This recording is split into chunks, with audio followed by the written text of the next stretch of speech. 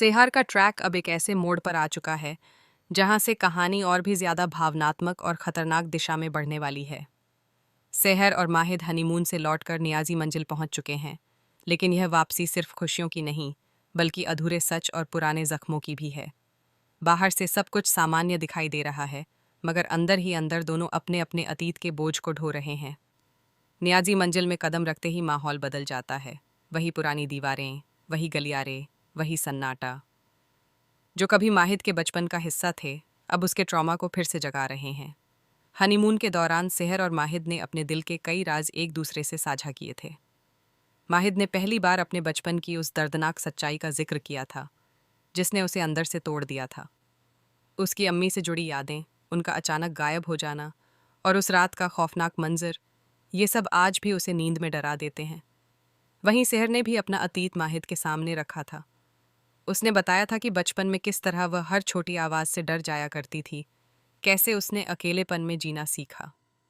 दोनों ने सोचा था कि एक दूसरे का साथ उन्हें इन डरावनी यादों से बाहर निकाल देगा, लेकिन नियाजी मंजिल में लौटते ही लगता है जैसे अतीत ने उनका पीछा नहीं छोड़ा। आने वाले ट्रैक में कहानी एक खतरनाक मोड़ लेने वाली है। सेहर पहली बार माहिद का वह रूप देखने वाली है जिसे उसने सिर्फ सुना था, महसूस नहीं किया था, उसका रौद्र रूप। सेहर जानती थी कि माहिद की सबसे बड़ी कमज़ोरी उसकी अम्मी की यादें हैं, लेकिन यह कमज़ोरी उसे इस हद तक तोड़ देगी, यह उसने कभी नहीं सोचा था। एक शाम जब घर में सब लोग अपने अपने कमरों में होते हैं, तभी नियाजी मंजिल के मुख्य दरवाजे पर एक रहस्यमयी औरत दस्तक देती है। उसने लाल रंग का सूट पहना होता है, बाल खुले होते हैं और चेहरे पर एक अजीब सी गंभीरता होती है। जैसे ही माहिद की नज़र उस औरत पर पड़ती है, वह ठिठक जाता है। उसकी सांसें तेज हो जाती हैं, आंखें फैल जाती हैं। उसे लगता है जैसे उसकी अम्मी उसके सामने खड़ी हैं। वह औरत कुछ बोलने की कोशिश करती है, लेकिन माहिद को उसकी आवाज़ भी अपनी अम्मी जैसी सुनाई देती है। उसके दिमाग में पुरानी यादें बिजली की तरह कौंधने लगती हैं। चीखें, झगड़े, खून से सना फर्श और वह रात जब सब कुछ बदल गया था। माहिद पूरी तरह ट्रिगर हो जाता है। उसका चेहरा गुस्से से लाल हो जाता है, हाथ कांपने लगते हैं। अचानक वह पास रखी तलवार उठा लेता है। उसकी आंखों में आंसू भी हैं और आग भी। वह चिल्लाते हुए कहता है कि वह इस बार किसी को खुद से दूर नहीं जाने देगा। वह औरत घबरा जाती है, लेकिन माहिद को कुछ दिखाई नहीं देता। उसके सामने सिर्फ उसका अतीत है। तभी सेहर दौड़ती हुई वहां पहुंचती है। वह माहिद को उस हालत में देखकर सन्न रह जाती है। उसने माहिद को दुखी देखा था, टूटते हुए देखा था, लेकिन इतना खतरनाक रूप पहले कभी नहीं देखा। वह तुरंत माहिद के सामने खड़ी हो जाती है, तलवार पकड़ लेती है और जोर से उसका नाम पुकारती है। सेहर की आवाज़ जैसे माहिद के अंदर तक पहुंचती है। वह उसे बार बार याद दिलाती है कि यह उसका अतीत नहीं, उसका वर्तमान है।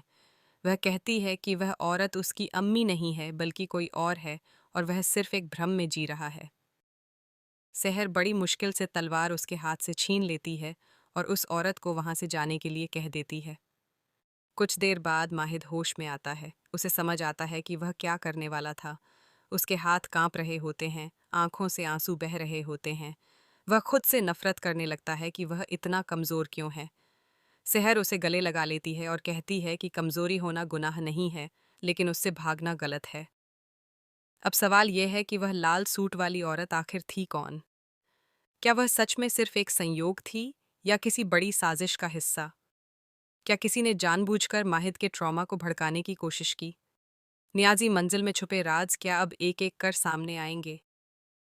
आने वाले एपिसोड्स में सेहर एक नया फैसला लेने वाली है। वह ठान लेती है कि वह माहिद के अतीत का सच पूरी तरह जाने बिना चैन से नहीं बैठेगी। वह पुराने नौकरों से बात करेगी, पुराने कागजात खंगालेगी और उस रात की सच्चाई सामने लाने की कोशिश करेगी जिसने माहिद को आज का माहिद बना दिया। बेटी